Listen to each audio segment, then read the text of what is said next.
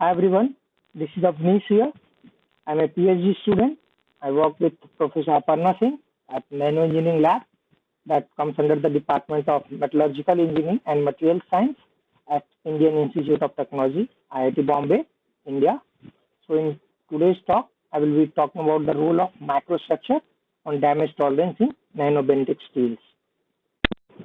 So in this talk, first I will give you a brief introduction about the benetic phase transformation, and then how I have designed the nanostructured bentic steel and what was the heat treatment process. Then comes the results and discussion part, which will include microstructural characterization, some of the important mechanical properties, and the major part of the talk will be fatigue crack growth rate behavior in nanostructured bentic steels. And at the last, I will conclude some of the important points of this study. So the schematic here represents the typical heat treatment cycle for benetic phase transformation. So there are two isothermal transformations shown here. So benetic transformation happens in a sequential way. First, a benetic subunit nucleates at the prior austenite grain boundary. It grows without diffusion, and excess carbon in this benetic ferrite gets rejected to the never retained austenite. With time, these carbon enriched retained austenite transforms to or decomposes to ferrite and cementite, and these cementite are not good for toughness properties, so addition of sufficient silicon prevents the precipitation of this cementite, and your microstructure consists of just two phases, benetic ferrite and retained austenite. This is a typical SCM micrograph of a nanostructured benetic steel which is carbide free. So the dark phase here is a benetic ferrite and the bright phase is your retained austenite. So there are two forms of retained austenite. One is film type, which remains between the fine plates of benetic ferrite, and blocky type, which is there in between the two different crystallographic variants of benetic sieves.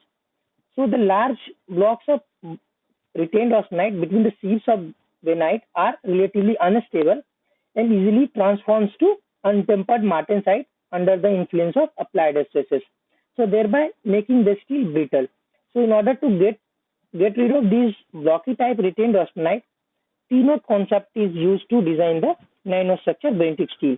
So T-node curve is the locus of points where the austenite and ferrite of same composition have identical Gibbs free energy. So in order to reduce the untransformed retained austenite, you must increase the volume fraction of your benetic ferrite, and it can be done in three ways. Either you decrease the transformation temperature to consume more amount of retained austenite, or you shift this T-node curve to right side by substitutional alloying elements, or you decrease the mean composition of your steel to get higher volume fraction of benetic ferrite. So this is how you design a nanostructured carbide-free benetic steel. So in the current study, we have produced a clean steel of chemical composition given here. It has 0.858% of carbon. Has been produced using induction melting furnace under argon atmosphere. Subsequently, the cast ingot was homogenized at 1000 degrees centigrade for 48 hours, and then hot rolled from a thickness of 34 millimeter to 14 millimeter at 1000 degrees centigrade, and then air cooled to room temperature.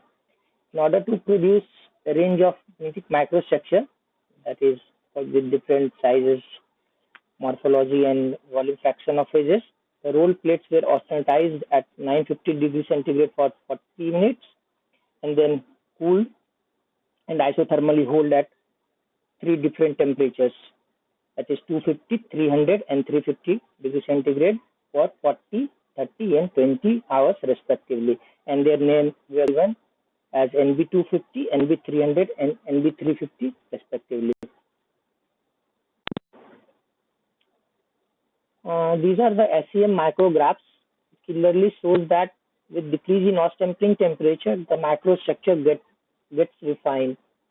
So the true lag thickness of benetic ferrite and retained austenite are listed here. So it can be seen that in case of NB250 and NB300, the lag thicknesses are well below 50 nanometers. However, in case of NB350 steel, the film of retained austenite looks coarser. However, these are not of blocky type. On the other hand, carbon composition of retained austenite, volume fraction of phases, and dislocation density in bentic ferrite were obtained through XRD. So it can be seen that a lower transformation temperature leads to increase in carbon content of retained austenite, increase in volume fraction of bentic ferrite, and decrease in the volume fraction of retained austenite. However, dislocation density also increases with decreasing Austen-Pring temperature. The table presented here summarizes the important mechanical properties of these three steels. So, see that the fracture toughness and sharp impact toughness of these steels increases with increase in Austen-Pring temperature.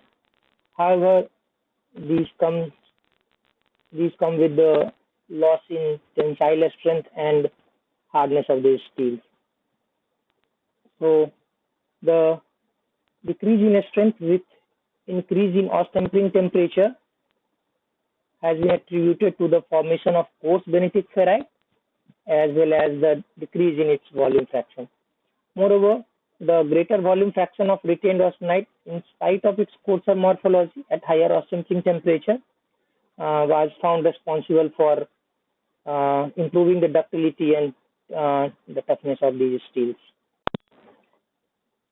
Since these nanostructured bentic steels find various applications, selection of these steels based only on the static load design may not be sufficient. It can lead to immature failure under the cyclic loading if there are flaws or cracks present inside the material. So therefore, it is important to study the response of these steels under fatigue loading for safer design. So in order to obtain the fatigue crack growth rate behavior, first we have selected a CTA specimen with several notch and with fatigue pre-crack rate to a nominal crack length of 10.5 millimeter. And then we have conducted a delta K decreasing test to obtain the fatigue crack growth threshold, that is delta KTH. And next we have performed a constant load amplitude test at 2.5 kilonewton of load range to obtain the stage 2 and stage 3 of this typical DADN versus delta K plot. So these are the results of fatigue crack growth rate test. So it can be seen that the delta KTH, the fatigue crack growth rate threshold, is higher for steel or tempered at higher Austen-Pring temperature. That means steel with coarser microstructure and higher retained austenite content shows higher resistance to fatigue crack growth near the threshold regime. On the other hand, in stage 2, which follows Paris law, can be seen that steel with finer microstructure and higher volume fraction of bentic ferrite shows higher fatigue crack growth rate. On the other hand, steel with higher Austen-Pring temperature that has higher austenite content and coarser morphology shows marginally slow fatigue crack growth rate in stage 2. In stage 3, so once the crack length reaches the critical crack length based on the maximum stress intensity factor, when it reaches to plane strength fracture toughness of the steel, the specimen fail. And these numbers are in well agreement with the fracture toughness of these steels. Since these nanostructured bentic steels with a range of microstructure were tested at a lower stress ratio of 0.1, roughness-induced crack closure may play an important role in retarding the crack growth near the threshold regime. In order to find that, we measured average surface roughness of these three steels near the threshold regime, and results indicate that the steel with the finer microstructure shows lower surface roughness, and steel with higher retained austenite content and coarser morphology shows higher surface roughness. So this indicates that there is higher extent of roughness-induced crack closure and hence higher value of delta KTH, the fatigue crack growth rate threshold, in steel transformed at higher Austen-Pring temperature. In order to see the influence of tip effect on fatigue crack growth behavior, nano indentation tests were performed. An array of indents were made below the crack surface on the transverse section cut at the mid thickness of the textile specimen. So the variation in hardness as a function of distance below the crack surface corresponds to a crack length of 17 millimeter. So that was in stage 2, where the delta K was 20.7 and 25 megapascal root meter for NB250 and NB350 steel respectively. So in case of NB250 steel, hardness profile doesn't show any variation with respect to bulk hardness of the steel. So the possible reason can be finer microstructure and large density of dislocation in the steel, such that the increase in hardness due to the phase transformation is very small, that too in a small cyclic plastic zone size, which was calculated as 14 micrometer for NB250 steel. However, in case of NB350 steel, the hardness near the crack surface is very high and gradually decreases to bulk hardness corresponding to a distance of around 45 micrometer. So this suggests that there is significant amount of transformation of retained austenite to harder phase martensite, which led to increase in the hardness of this small region beneath the crack surface. So knowing the yield strength and the stress intensity factor range at this crack length of 17 millimeter, so we have calculated the cyclic plastic zone size, which was around 47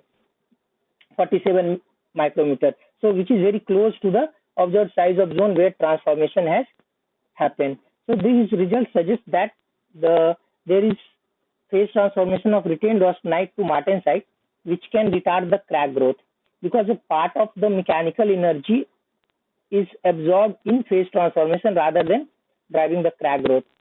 The other factor for phase transformation induced crack closure can be the compressive stress, because when austenite transforms to martensite, there is approximately 4% of volume expansion. So therefore, and it can be promoted by the increase in metastability of retained austenite. Therefore, it can be stated that the steel with higher retained austenite content will offer higher resistance to fatigue crack growth in the current study. It has also been said that the continuous films of retained austenite between the benthic ferrite plates also acts as barrier for slip band transmission and reduces the mean free path for dislocation glide. So these are the SEM fractographs of fatigue tested specimens at similar values of crack length in stage 2. So fractured surface shows a quasi-cleavage type of fracture for all the specimens. The features of cleavage fracture decreases while the amount of tear ridges increases with increase in austempeting temperature. The fractograph of NB350 steel shows many curved features connected together. That means a ductile type of fracture owing to its higher ductility and toughness of the steel. In contrast, the fractograph of NB250 steel clearly shows angular surfaces and cleavage planes that can be attributed to its high strength as well as limited ductility and toughness. Now I will conclude some of the important points of this study. So nanostructure bent steels transformed at higher austempeting temperature showed higher ductility, toughness, as well as higher resistance to fatigue crack growth. The delta KTH were higher for steel with coarser microstructure and higher retained austenite content. So higher delta KTH for higher austempeting temperature was attributed to the roughness induced crack closure as well as the phase transformation induced crack closure. The crack growth rate was also slower in stage 2 in steel with coarser microstructure and higher retained austenite content. So that has been attributed to the higher amount of input mechanical energy that has been absorbed in phase transformation of retained austenite to martensite, and also the compressive stress caused by the volume expansion associated with this phase transformation in steel with coarser and higher retained austenite content. So in summary, steel with higher content of retained austenite, even in spite of its coarser morphology, shows better damage tolerance. So that's all. Thank you very much for your time.